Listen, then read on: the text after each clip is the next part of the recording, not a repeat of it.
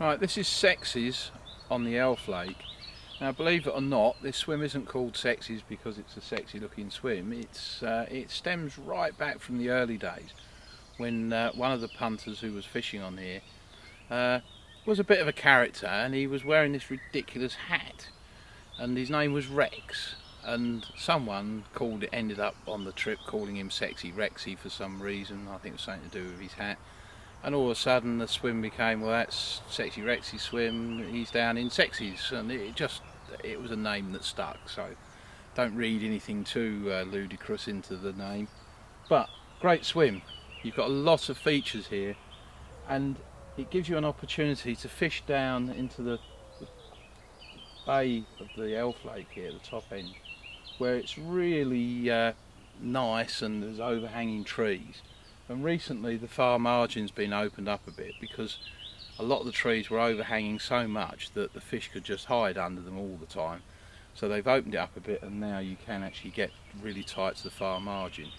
And it won't be long before the trees have grown back a bit, but at least you'll still be able to get at the fish and they haven't got anywhere to hide so much. But you've got a lot of open water out here as well, and obviously you can look and search those open water spots. But you've also got access to the front of the bar that runs across from the bear swim across to the far margin, and that bar is, as we said before when we were in the bear swim, is a very prominent feature.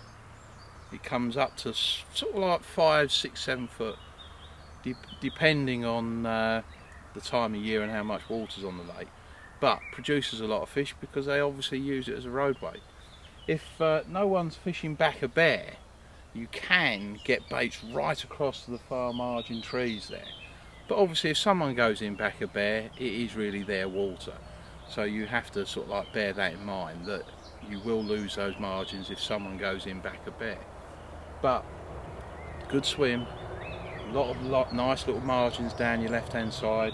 If you walk down and look under the trees, there's always carp in there. But there's a lot of open water here that gets unexplored, and the fish move in and out all the time, so you don't neglect open water. Look for little spots, let the bait do some work for you and draw the fish to you. So great swim, nice little secluded swim, very sheltered from the sun. It's a nice spot, this real lovely little spot. You can get lost in here, I think.